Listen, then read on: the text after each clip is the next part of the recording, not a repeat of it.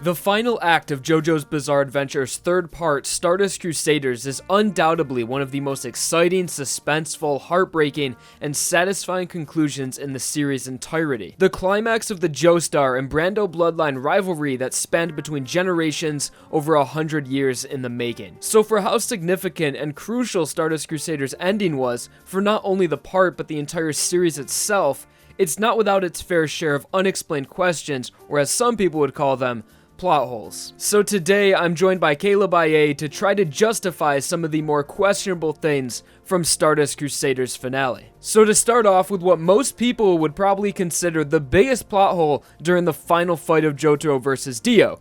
Jotaro and Dio flying. During their fight, especially in the David production anime adaptation, it would appear at times that Jotaro and Dio were flying when it makes absolutely no sense why either of those characters would be able to. For myself, I never really questioned their movements with my first time experiencing the fight. It was only in retrospect did I think to myself, how did Jotaro and Dio manage to chase each other around in the air at high speeds and remain airborne for a majority of the fight? And until I actually visually analyzed their movements during the fight, I was under the impression that their movement and gravity were exaggerated by Araki to add a more dramatic feeling and aesthetic to the fight to make it look simply cooler. As a lot of the panels where the characters are just floating in midair do look really badass. But that's actually not the case at all. Their movements that some people refer to as flying can be explained simply by two variables: stand leaps and time stop. So starting with stand leaps, this is a type of movement that Jotaro has been utilizing since we first saw him fight with his stand, as early as his fight with Kakyoin and heavily emphasized in Jotaro's fight against Indul. A stand leap is simply an extremely powerful and condensed release of energy in a specific place, be it an arm or a leg, that launches the stand user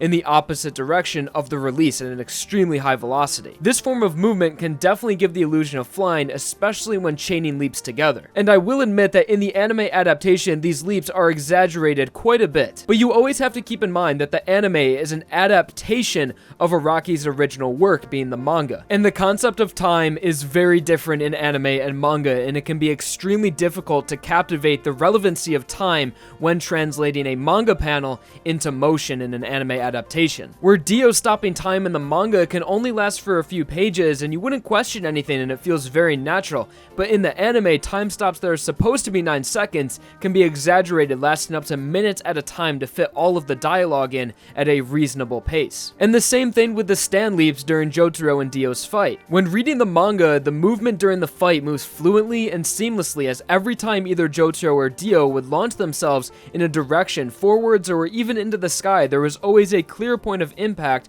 showing that they used their stand to launch them, often showing crumbling around the point of impact to show how powerful it was. But during the anime, there would be extensive dialogue and even inner monologues of Jotaro and Dio during their chase, and it would be easy to lose track of the last stand leap as it just seemed like they would have endless momentum. So that's just an issue of the anime adaptation, but with the source material, there should be no question of them flying, as at no point does it feel like that's what's happening.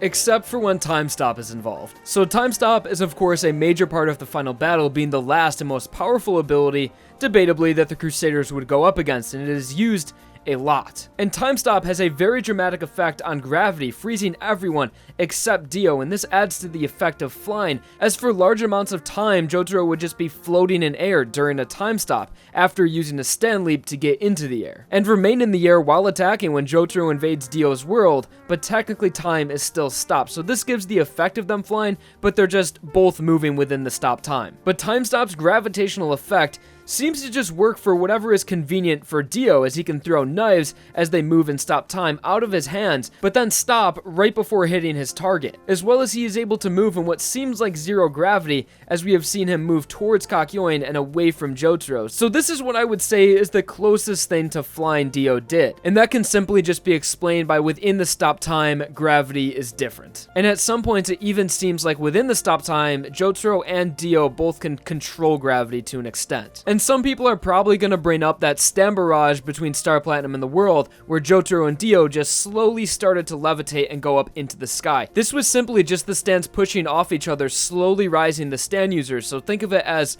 over 1,000 micro stand leaps compared to just one giant stand leap. So how did Jotaro and Dio fly at the end of Stardust Crusaders? They didn't. But a more confusing plot hole is why did Joseph not become a vampire after being revived with Dio's blood? I'll hand this one off to Kaleb. So this was a pretty confusing hole when first looking at it, and then it messes with us too. Joseph is sucked dry and looks like a raisin, but then some tubes and a heart pump later brings him back. Joseph wakes up pretending to be possessed and all, but when it's all finished up, we knew he was kidding. The problem was, yeah, that was Dio's blood, so it should have turned him into a vampire. We all know that because of Vanilla Ice and how he had turned into a vampire, but if you remember how that had happened, there was more to it. Pouring blood over his decapitated head and body had made it reconnect fully, and there was no scar with it either. Vampires regenerate, that's a known fact on them, so the blood of a vampire can heal someone technically, but it will also turn them into a vampire. Dio had drank Joseph's blood, but the issue with that is that Joseph has the blood of a Hamon user. Clashing blood of a Hamon user and vampiric essence is a difficult thing, and it isn't the fastest process. That's why Dio took so long to get adjusted to Jonathan's body, and even after so much time, Dio still didn't have 100% control of Jonathan's body because one side was still weaker than the other. Dio got more Joestar blood, and that's what made him stronger, and that's because of the stone mask. But now Dio added more Hamon blood to him, so while the Joestar blood is making him stronger, the Hamon blood is taking him down a bit. So putting Dio blood, Jonathan blood, and Joseph blood back into the body of Joseph would cause a lot, but now you're putting Hamon blood back into a Hamon user. And I thought with that you can get some regenerative vampire blood to temporarily close any wounds, but we do see Joseph wrapped up in bandages at the end of part 3, so that means when Dio stuck his fingers into him, it left some pretty big holes. Plus, Hamon has enough healing properties to just completely disregard the vampire stuff, and logically, if you do have Hamon blood into a Hamon user, it should probably burn away all the vampiric essence anyways. One of the things that makes Dio Dio is the fact that he is a vampire, enabling him to always have an excuse to come back into the story one way or another, whether it be his head not being completely destroyed or jumping inside of the second coffin with Jonathan's body at the last possible moment, and of course resting at the bottom of the ocean for a near 100 years only to come back again, but this time with the most powerful stand the world had ever seen. But it seemed that throughout Stardust Crusaders, and especially in the final fight, that Dio forgot the fact that he was a vampire. I mean, his most notable vampiric abilities from part 1 really would have come in handy, like freezing anything upon contact and shooting lasers from your eyes. I mean, one of Dio's biggest concerns during his fight with Jotaro was being within Star Platinum's range. During Time Stop, he easily could have just killed Jotaro from a distance with his eyes rather than using knives that are physical objects that can be deflected by Star Platinum. But of course, he showed us his immortality and regeneration abilities that gave him that final boss impossible to defeat role. So why didn't Dio use his offensive vampiric abilities? Well, for a realistic explanation, Dio would have just been way too overpowerful, even more so than he already was. Dio even stated himself that with this stand, he could take over the world without even being a vampire at all. And so mesmerized by his stand's absolute ability, Dio neglected his vampiric powers, seeing no need to use them, when he had the power to stop time as well as all of the physical capabilities equal to Star Platinum, which far surpassed all of Dio's physical strengths as a vampire. And another big reason why we didn't see Dio shooting lasers from his eyes and freezing people in part 3 is because Stardust Crusaders was so different from the previous parts. Almost like Araki was creating a whole new manga but carrying over the long-lost family nemesis Dio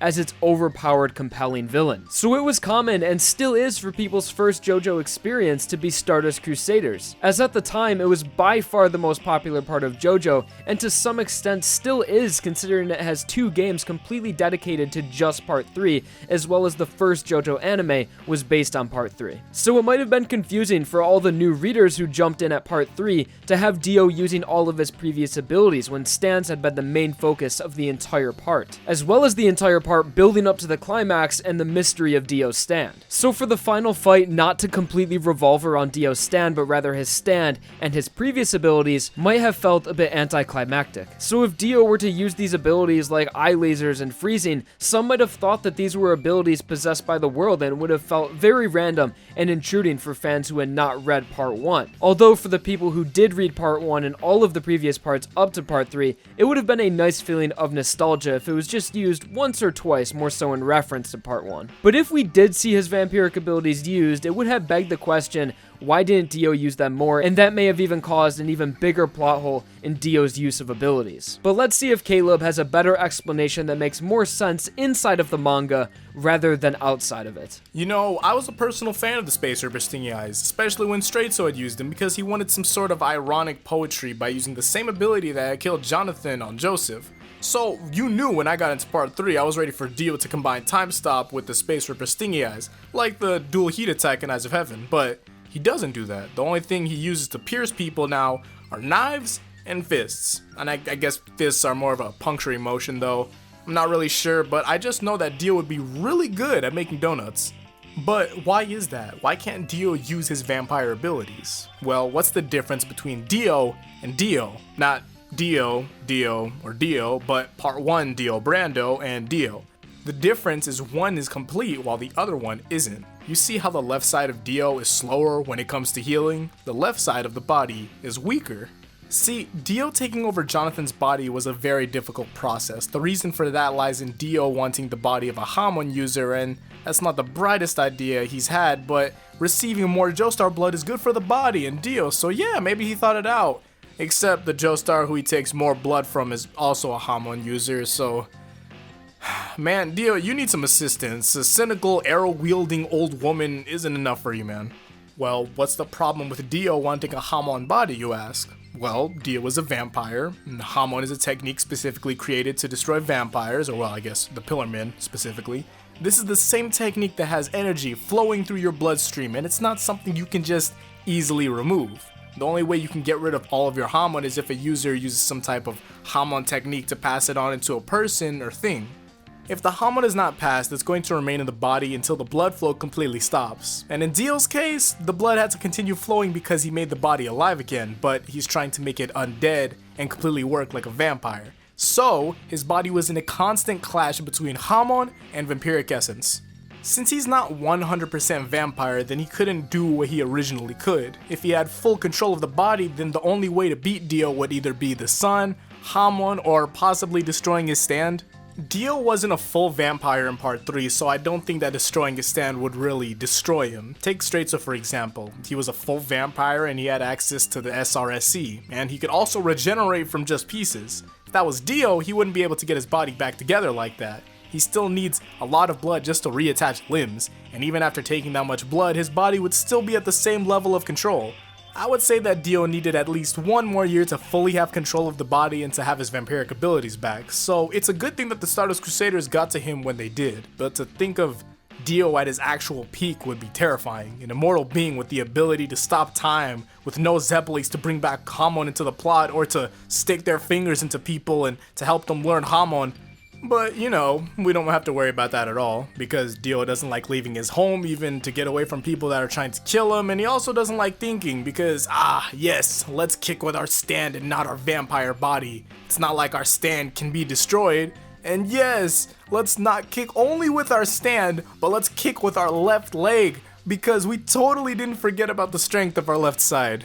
Thank you, xForts, for letting me come out here. People, just remember, don't skip parts and drink a lot of water.